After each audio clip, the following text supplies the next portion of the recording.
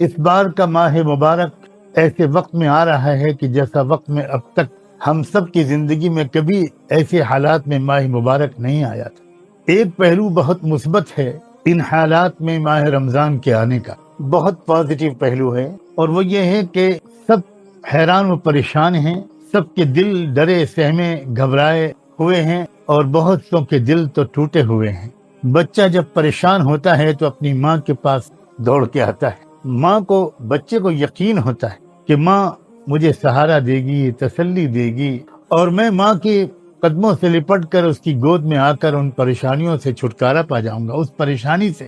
چھٹکارا پا جاؤں گا۔ اسی وجہ سے یہ عاجز عرض کر رہا ہے، بس اس مرتبہ کا رمضان مبارک میں بھی ایسا گزار لوں، اور آپ سب بھی، کہ ہم میں سے کسی نے ایسا رمضان اب تک نہ گزارا۔ اسی گزارش اور دعا کے لیے حاضر ہوا ہوں۔ اللہ کے واسطے آپ میرے لیے یہ دعا کر دیں کہ اس بار کا ماہ رمضان میں ایسا گزار سکوں جیسا اب تک میں نے کبھی نہیں گزارا۔ آپ جانتے ہیں اور آپ جانتی ہیں کہ یہ مہینہ رحمت کا، مغفرت کا، اور جہنم سے، عذاب سے آزادی کا مہینہ ہے۔ آپ یہ بھی جانتے ہیں اور جانتی ہیں کہ یہ مہینہ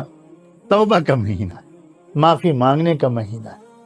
روٹھے رب کو منا لینے کا مہینہ ہے۔ اور بار بار آپ سن چکے ہیں کہ صبح سے لے کر رات تک اور رات سے لے کر صبح تک اس مہینے میں اللہ بے شمار بندوں اور بندیوں کو معاف کرتا رہتا ہے، اور بلکہ اسی لیے وہ اس مہینے کو بھیجتا ہے بار بار۔ اس وقت تو حالات اس بات کی گواہی دے رہے ہیں کہ اللہ ہم سے سخت ناراض ہے،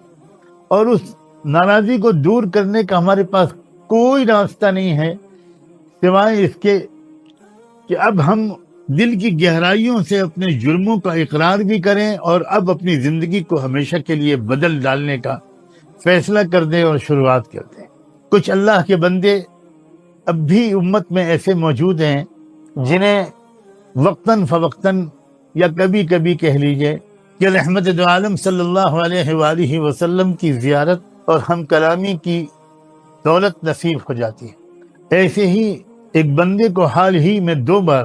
رحمت دو عالم صلی اللہ علیہ وآلہ وسلم کا دیدار اور کچھ ارشادات سننے کا شرف حاصل ہوا۔ میری زبان لڑکھڑا رہی ہے ان باتوں کو نقل کرتے ہوئے جو ان دونوں موقعوں پر اللہ کے رسول صلی اللہ علیہ وآلہ وسلم نے اپنے اس امتی سے ارشاد فرمائی، لیکن امانت کے طور پر آپ تک پہنچانے کی کوشش کرتا ہوں، اور اللہ کرے سچے دل سے میں سب سے زیادہ اپنے آپ کو ہی اس کی وجہ اور مخاطب سمجھ سکوں، کسی ریاکاری کے بغیر۔ ایک بار کی زیارت کے موقع پر اللہ کے پاک رسول صلی اللہ علیہ وآلہ وسلم نے ارشاد فرمایا کہ میری امت نے میرے دین کو ڈھا دیا، میری امت نے میرے دین کو ڈھا دیا۔ بہت مغموم شکل میں نظر آیا آپ، اور ایک ایسے مکان میں نظر آئے جس کی چھت گر چکی تھی، اور اس موقع پر آپ نے یہ جملہ ارشاد فرمایا بڑے غم کے ساتھ اس بندے سے کہ میری امت نے میرے دین کو ڈھا دیا۔ اور دوسری بار تھوڑی دن کے بعد پھر زیارت نصیب ہوئی تو اس بندے کے کہنے کے مطابق رحمت دو عالم صلی اللہ علیہ وآلہ وسلم نے جو جملہ ارشاد فرمایا وہ کچھ اس طرح کا تھا کہ میرے اپنوں نے مجھے چھوڑ دیا، میرے اپنوں نے مجھے چھوڑ دیا، میرے اپنوں نے مجھے چھوڑ دیا۔ کیا دنیا بھر کے حالات کیا اس بات کی دلیل نہیں ہے کہ رب ہم سے راضی نہیں ہے؟ سچے دل سے اللہ کرے کہ یہ اعتراف ہم میں سے ہر ایک کو، اور سب سے زیادہ اس کہنے والے کو نصیب ہو جائے کہ اللہ شاید یہ میری ہی گناہوں کی سزا مل رہی ہے۔ ہر شخص سوچے بس اس رمضان میں مختصر سی بات اس وقت کرنا چاہتا ہوں، اس رمضان میں سب لوگ اپنے رب سے لپٹ جائیں، قدموں پہ پڑ جائیں، منا لیں، راضی کر لیں، راضی کر لیں، راضی کر لیں۔ روزمرہ کے مشوروں کو بہت کم کر دیں۔ میں ان ماؤں سے بھی کہتا ہوں، بیٹیوں سے بھی کہتا ہوں، نوجوانوں سے بھی کہتا ہوں، اپنے بھائیوں سے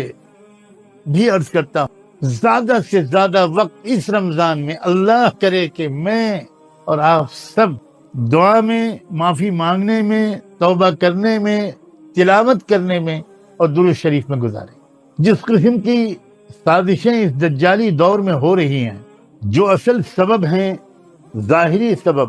ہمارے گناہوں کے نتیجے میں، ہماری غفلت کے نتیجے میں، دین کو چھوڑ دینے کے نتیجے میں، دین کو ڈھا دینے کے نتیجے میں جو شیطانی اور دجالی طاقتوں کو مسلط ہو جانے کا موقع مل گیا ہے، اور وہ عجیب و غریب سازشیں کر رہی ہیں، ان کے ہر طرح کی شرارتوں اور سازشوں اور ان کے نقصانات سے بچنے کے لیے ماہرین بتاتے ہیں کہ سب سے زیادہ مؤثر عمل کثرت سے قرآن کی تلاوت کرنا ہے۔ جو لوگ آج کل اس وقت پوری دنیا کو کنٹرول کر رہے ہیں اللہ تعالیٰ کی ایک بنائے ہوئے منصوبے کے مطابق اور ہماری گناہوں کی وجہ سے، ان کے آباء و اجداد کا کردار قرآن میں بتایا گیا تھا۔ نبذوا کتاب اللہ وراء ظہورہم واتبعوا ما تتلو الشیاطین علی ملک سلیمان۔ جو لوگ میرے اشارے کو سمجھ سکتے ہیں، علماء کرام تو ضرور سمجھ رہے ہیں کہ وہی